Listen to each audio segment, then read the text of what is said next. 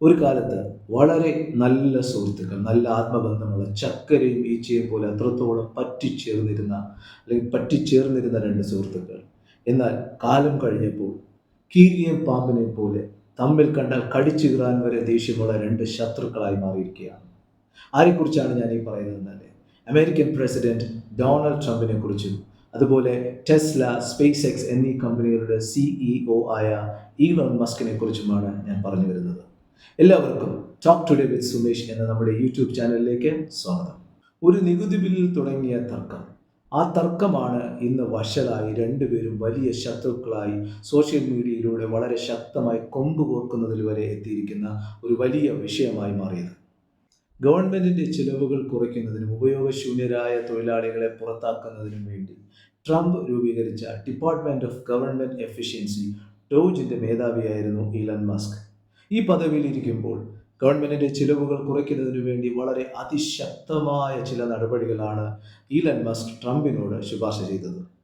എന്നാൽ ഈയിടെ ട്രംപിന്റെ സർക്കാർ പ്രപ്പോസ് ചെയ്ത ഒരു bill, the big beautiful bill, ഈ ബില്ലാണ് ഇവിടെ വില്ലനായി മാറിയത്. മസ്കിന്റെ എല്ലാ ആശയങ്ങളെയും ഈ ബില്ല് തകിടം മറിച്ചു എന്ന് തന്നെ പറയാം.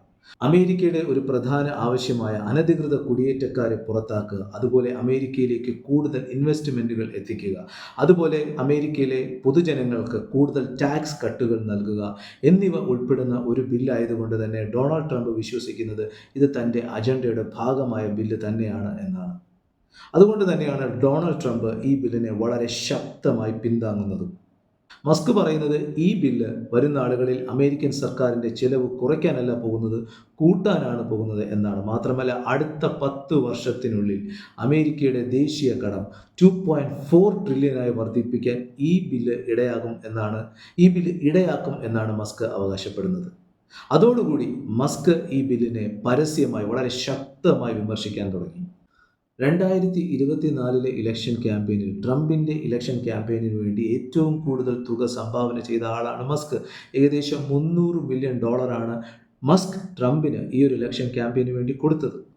കൂടാതെ ഈ ഒരു ഇലക്ഷൻ ക്യാമ്പയിൻ്റെ തുടക്കം മുതൽ അവസാനം വരെയും ട്രംപിൻ്റെ ഏറ്റവും വലിയ ഒരു ഉപദേഷ്ടാവ് ആരായിരുന്നു എന്ന് ചോദിച്ചാൽ അതും ഈ മസ്ക് തന്നെയായിരുന്നു. അപ്പോൾ അങ്ങനെയൊക്കെ ഉള്ള ഒരാൾ, താനുമായി അത്രത്തോളം ആത്മബന്ധമുള്ള ഒരാൾ തന്നെ ഇപ്പോൾ പേഴ്സണലായിട്ട് അറ്റാക്ക് ചെയ്യുന്നത് ഒട്ടും ശരിയായ കാര്യമല്ല എന്നാണ് ട്രംപ് പറയുന്നത്. മസ്ക് സോഷ്യൽ മീഡിയയിലൂടെ തൻ്റെ തന്നെ പ്ലാറ്റ്ഫോമായ എക്സിലൂടെ ട്രംപിനെതിരെ കൂടുതൽ ഗുരുതരമായ ആരോപണങ്ങൾ ഉന്നയിക്കാൻ തുടങ്ങിയതോടുകൂടി ഈ ബന്ധം കൂടുതൽ വഷളായി. മസ്ക് മുൻപൊരിക്കൽ എക്സിൽ കുറിച്ച ഒരു പോസ്റ്റ് പിന്നീട് അദ്ദേഹം തന്നെ അത് ഡിലീറ്റ് ചെയ്യുകയുണ്ടായി. ആ പോസ്റ്റിൽ അദ്ദേഹം ആരോപിച്ചത് ഡൊണാൾഡ് ട്രംപിന് ജെഫ്രി എപ്സ്റ്റെയിൻ കേസ് ഫയലുകളുമായി ബന്ധമുണ്ടെന്നാണ്. അതുകൊണ്ട് തന്നെ ഡൊണാൾഡ് ട്രംപിനെ പ്രസിഡന്റ് സ്ഥാനത്ത് നിന്നും ഇംപീച്ച് ചെയ്യണം, പുറത്താക്കണം എന്നാണ് അദ്ദേഹം ആവശ്യപ്പെട്ടത്. ഇത്രയുമൊക്കെ ആയപ്പോൾ ട്രംപിൻ്റെ നിയന്ത്രണവും വിട്ടു എന്ന് തന്നെ പറയാം. പിന്നെ ട്രംപ് സംസാരിച്ചതെല്ലാം ഭീഷണിയുടെ സ്വരത്തിലായിരുന്നു. ട്രംപ് പറഞ്ഞത് മസ്ക് മയക്കുമരുന്നിന് അടിമയാണെന്നും അതുപോലെ തൻ്റെ പ്രസിഡന്റ് പദവിയെ മസ്ക് ഒരു തരത്തിലും ബഹുമാനിക്കുന്നില്ലെന്നും മസ്കിൻ്റെ കമ്പനികളായ ടെസ്ല, സ്പേസ് എക്സ് എന്നിവയുടെ ഗവൺമെൻറ് കരാറുകൾ അദ്ദേഹം റദ്ദു ചെയ്യുമെന്നും കൂടാതെ ഡെമോക്രാറ്റ്സിന് ഏതെങ്കിലും വിധത്തിലുള്ള ധനസഹായം ചെയ്യാൻ പോയാൽ അതിന് ഗുരുതരമായ പ്രത്യാഘാതങ്ങൾ നേരിടേണ്ടി വരും എന്നുമാണ് ട്രംപ് ഭീഷണി മുഴക്കിയത്. 2025 അവസാനത്തോടെ മസ്ക് ഡോജിൽ നിന്നും രാജിവെച്ചു. അതിനുശേഷം ട്രംപിനെതിരെയുള്ള പ്രതികരണങ്ങൾ പരസ്യമായി നടത്താൻ തുടങ്ങി. അതോടെ സോഷ്യൽ മീഡിയയിലും ന്യൂസ് മീഡിയകളിലും ഇത് വലിയ ചർച്ചാ വിഷയമായി. ട്രംപിൻ്റെ വിജയത്തിനായി ധനസഹായവും പരസ്യ പിന്തുണയും നൽകിയതിനെ ട്രംപ് ഒരു തരത്തിലും വിലമതിച്ചില്ല. കൂടാതെ അധിക ചിലവുകൾ കുറയ്ക്കുവാൻ വേണ്ടി നടത്തിയ ശ്രമങ്ങളെയും അംഗീകരിച്ചില്ല.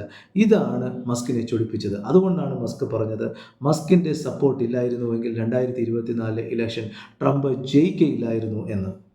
മസ്കിനെ നിലയ്ക്ക് നിർത്തുവാൻ സ്പേസ് എക്സിൻ്റെയും ടെസ്ലയുടെയും ഗവൺമെൻറ് കരാറുകൾ റദ്ദു ചെയ്യുമെന്നാണ് ട്രംപ് ഭീഷണിപ്പെടുത്തുന്നത്.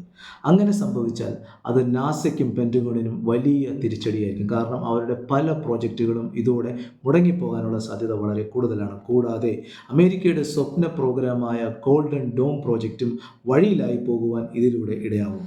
ഡെമോക്രാറ്റുകൾക്ക് ധനസഹായം ചെയ്യുകയോ അല്ലെങ്കിൽ പുതിയ ഒരു പാർട്ടി രൂപീകരിക്കുകയോ ഇതാണ് മസ്കിൻ്റെ ലക്ഷ്യം എന്നാണ് റിപ്പോർട്ടുകൾ.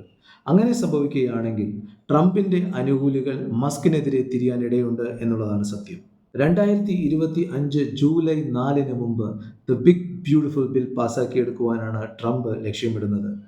അതുകൊണ്ട് തന്നെയാണ് സെനറ്റിന് മേൽ റിപ്പബ്ലിക്കൻസ് പ്രഷർ ചെലുത്തിക്കൊണ്ടിരിക്കുന്നത് തങ്ങൾക്ക് ഈ ബിൽ പാസ്സാക്കിയെടുക്കുവാൻ വേണ്ട പിന്തുണ നൽകുവാൻ വേണ്ടി. എന്നാൽ മസ്കുമായിട്ടുള്ള ഈ ഒരു ഇഷ്യൂ ഈ ബില്ലിൻ്റെ മുമ്പോട്ടുള്ള യാത്രയ്ക്ക് തടസ്സങ്ങൾ സൃഷ്ടിച്ചേക്കാം. എന്നാൽ ട്രംപിൻ്റെ ഇപ്പോഴുള്ള പ്രവൃത്തികൾ സൂചിപ്പിക്കുന്നത് മസ്ക് ഇല്ലെങ്കിലും താൻ മുൻപോട്ട് തന്നെ പോകും എന്ന് തന്നെയാണ്. ഒരു ബില്ലിനെ ചൊല്ലിയുള്ള തർക്കമാണ് ട്രംപും മസ്കും ഇപ്പോൾ കീരിയും പാമ്പും പോലെ ആയിത്തീരാൻ ഇടയാക്കിയത്. ഈ തർക്കം അവരുടെ ബന്ധത്തെ പൂർണ്ണമായി നശിപ്പിച്ചു എന്ന് തന്നെ പറയാം. എന്തായാലും ഈ പ്രശ്നത്തിന് ഉടനടിയൊന്നും ഒരു പരിഹാരം ഉണ്ടാകും എന്ന് തോന്നുന്നില്ല.